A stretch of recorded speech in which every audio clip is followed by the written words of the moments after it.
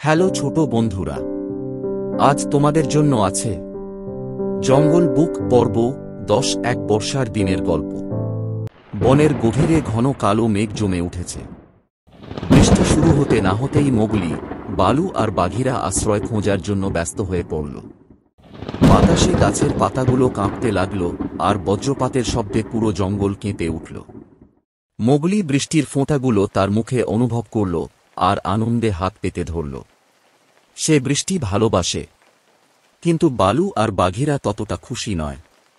বালু নিজের মোটা লোমের গা ঝাঁকিয়ে বলল, এই বৃষ্টি তো আমাকে পুরো ভিজিয়ে ফেলছে, আমার তো ঠান্ডা লেগে যাবে। বাঘিরা বলল, তুমি তো বিশাল এক ভাল্লুক, একটু বৃষ্টিতে কিছু হবে না। তবে আমাদের একটা শুকনো জায়গা খুঁজতে হবে। এই বনে বৃষ্টির সাথে জলকাদাও থাকে, আর সেটা মোটেও আরামদায়ক নয়। তারা তিনজন একসাথে জঙ্গলের গভীরে হাঁটতে লাগল, একটা আশ্রয়ের সন্ধানে। কিছুক্ষণ পর তারা একটা পুরনো গুহার সামনে এসে দাঁড়াল। গুহাটা অন্ধকার, কিন্তু ভেতরটা শুকনো মনে হল। দেখতে ভালোই লাগছে, মোগলি বলল। বালু বলল, এখানে আরামে একটু বিশ্রাম নেওয়া যাবে। কিন্তু বাঘিরার চোখ জোড়া সতর্ক হয়ে উঠল। সে গুহার ভেতরে তাকিয়ে বলল, এটা কিসের গন্ধ? এখানে কেউ থাকতে পারে। মোগলি আর বালু একে অপরের দিকে তাকাল। মোগলি ধীরে ধীরে গুহার ভেতরে ঢুকল, আর তার সাথে বাঘিরা। বালু একটু পিছিয়ে থাকল, কারণ তার ভয় করছিল। গুহার ভেতরে গিয়ে তারা দেখল, এক বৃদ্ধ সাপ সেখানে কুণ্ডলি পাকিয়ে বসে আছে। চোখ বন্ধ করে আছে, কিন্তু তাদের উপস্থিতি বুঝতে পেরে ধীরে ধীরে ফনা তুলল। বাঘিরা শান্তভাবে বলল, আমরা শুধু একটু আশ্রয় নেব, ঝড় থামলেই চলে যাব। সাপটি মাথা ঝাঁকালো, আমি কাউকে আপত্তি করি না, কিন্তু সাবধান। এই গুহার ভেতরে একটা গোপন পথ আছে, যা জঙ্গলের আরও গভীরে নিয়ে যায়। সেখানে এক রহস্যময় জায়গা আছে, যেখানে কেউ প্রবেশ করে না। মোগলির কৌতূহল জাগল। সে বাঘিরার দিকে তাকালো, আমরা কি একটু দেখে আসব? বাঘিরা কপাল কুঁচকালো, না মোগলি, বিপদ হতে পারে। কিন্তু বালু হেসে বলল, আরে একটু অ্যাডভেঞ্চার করলে ক্ষতি কি? আমিও চললাম।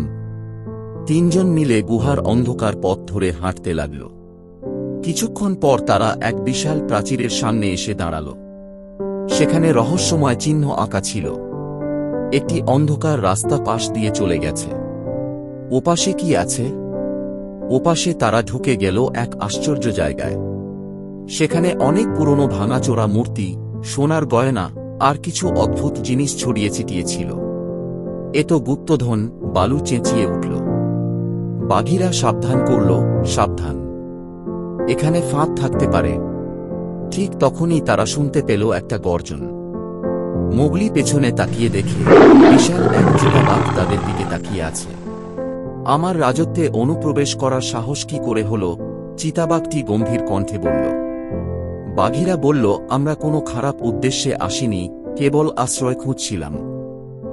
গুপ্তধন নেওয়ার কোনো ইচ্ছা আমাদের নেই। চিতাবাঘটি কিছুক্ষণ তাদের দেখে, তারপর ধীরে ধীরে মাথা নাড়ল। তোমরা যদি সত্যিই ভালো উদ্দেশ্যে এসেছ, তবে যাও। এই স্থান আমার পূর্বপুরুষদের, এখানে বাইরের কেউ থাকার অধিকারী নয়। তারা তিনজন ধীরে ধীরে পেছন ফিরে বেরিয়ে এলো। গুহা থেকে বেরিয়ে এসে তারা দেখল, বৃষ্টি কমে এসেছে। আকাশ পরিষ্কার হতে শুরু করেছে, আর সূর্যের আলো ঝলমল করছে। বালু হেসে বলল, উফ, কি দুঃসাহসিক অভিযান হল। কিন্তু আমাকে একটা জিনিস বলতেই হবে, গুপ্তধন ভালো হলেও নিজের জীবন তার চেয়েও মূল্যবান। মোগলি হেসে বলল, হ্যাঁ, আর এই বর্ষার দিনে সত্যিই এক অসাধারণ অভিজ্ঞতা হল। বাঘিরা বলল, এটাই তো আমাদের জঙ্গল জীবন, প্রতিদিন এক নতুন রহস্য, নতুন চ্যালেঞ্জ। তারা তিনজন আবার জঙ্গলের পথে হাঁটা দিল, নতুন দিনের নতুন অভিযানের অপেক্ষায়। চ্যানেলটি অবশ্যই সাবস্ক্রাইব করুন, কারণ আর কিছু দিনের মধ্যে আসতে চলেছে ছোট্ট সিম্বা পর্ব 6। খরগোশের বিপদে 4 বন্ধু। 2 পাখি ও মুক্তোর গল্প। টুনটুনির গল্প ও তার ছানারা। জঙ্গল বুক পর্ব 11। জঙ্গলের জন্য মোগলির লড়াই। এছাড়াও আরও আকর্ষণীয় গল্প। ভিডিওটি দেখার জন্য আপনাকে অনেক ধন্যবাদ।